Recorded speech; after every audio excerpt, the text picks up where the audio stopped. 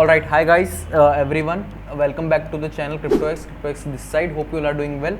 So in today's video we are going to discuss something about Solana. Why did the price of Solana went really below the levels before 2-3 weeks, right? So what was the reason behind that thing also we are going to discuss.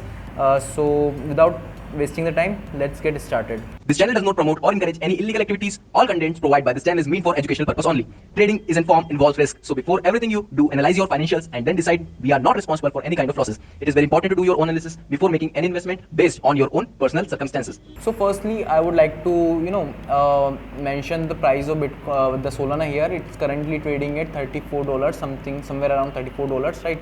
So what really went worst on these days, like 1st, 2nd, 3rd May, right? So the price went 62% below the current one, right? So what were the reason behind that? We should be discussing this thing in this video. So watch this video till end carefully, right? So Solana blockchain halted for approximately 4 hours, right? So what happened? We should be knowing this. So Solana blockchain network shut down during the wee hours of Thursday morning, right?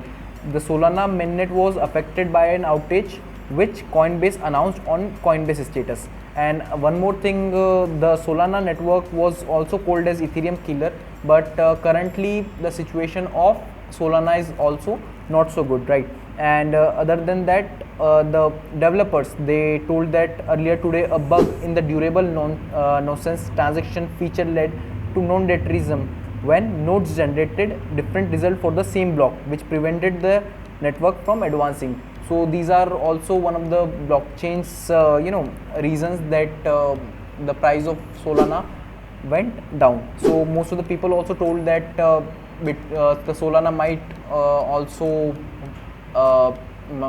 also work as like crash as Luna, but I can't see this would be the worst case here, right? So hopefully we are expecting a good price reversal in the Solana also, and this is currently a good zone to buy the Solana as well.